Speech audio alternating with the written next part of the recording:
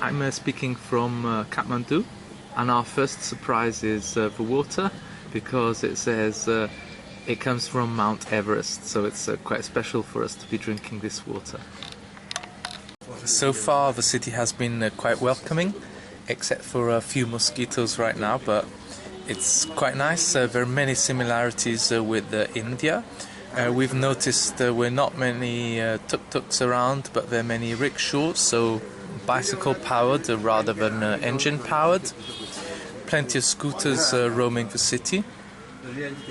The weather is overcast because of course it is the end of monsoon season, or at least we hope it's the end of monsoon season, and it's quite chaotic, and the tourist area Temal is full of shops. So shopping seems to be the thing to do so far. So in a matter of minutes there's our second surprise. Nice hemp plants just on the other side of the cafe. Our first sightseeing will bring us to the monkey temple, or the temple and stupa of Buddha's eyes. And you can see why it's called the monkey temple, because it hosts many monkeys. So some of the monkeys climb up the wiring, and we're going to climb up about 300 steps on our way to see the temple.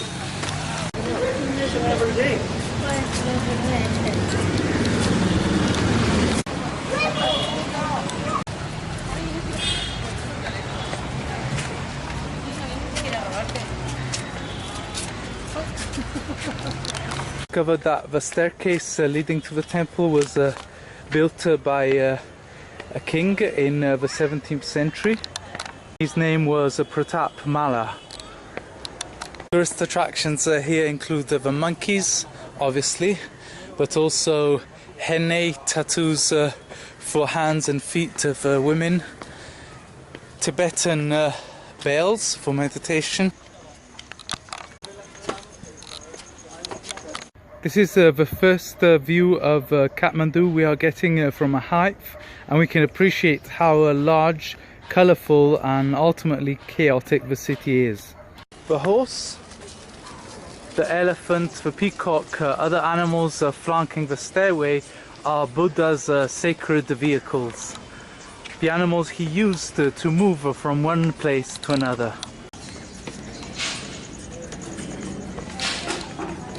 The last steps to the top. This is a celestial thunderbolt. It's indestructible, and it has the power to convey enlightenment. These are the animals of the Tibetan calendar.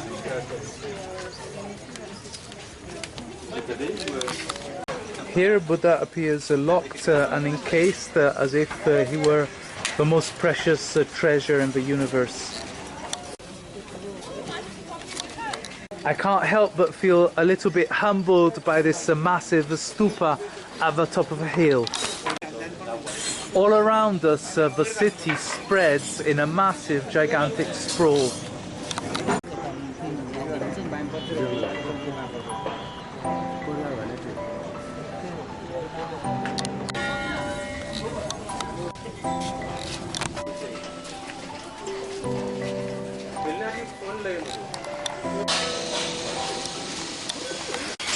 This is the part of the temple that unfortunately was stricken by the earthquake in 2015, and they are rebuilding. We are surrounded by the monkeys. The monkeys are trying an attack, and this woman with the cucumber stall is responding with a catapult. These have just stolen some fruit from this stall. As for the symbolic meaning of a stupa, the white part represents the earth. Above the white part there are the eyes of a Buddha with a curled up nose. The curled up nose represents the number 1, uniqueness, and up Beyond that, there is a tower made up of 13 elements representing the stages of existence leading up to nirvana. The third eye above the two eyes of Buddha represents intuition. The wheels, or rather the cylinders that people twirl around, represent a mantra. A mantra is indeed written on them, and it's a prayer to the jewel inside the sacred lotus flower. Om Mani Padme Hum, Om Mani Padme Hum. On our way to one of the rooftop restaurants of a temple. It is quite a tight climb.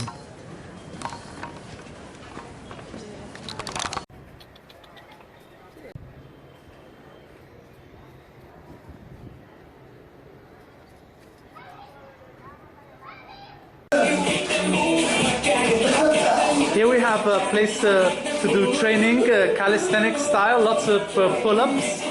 So this young guy can do 100 pull-ups. He is super strong. Whoa, this is a muscle up. Yes.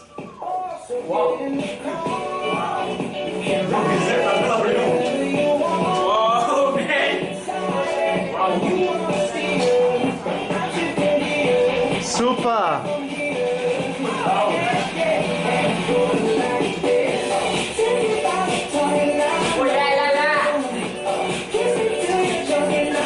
Amazing. Wow! Wow! So that's all for today. We enjoyed the training session with the Nepalese. Really cool and friendly people. Lots and lots of surprises await us. Goodbye, see you tomorrow.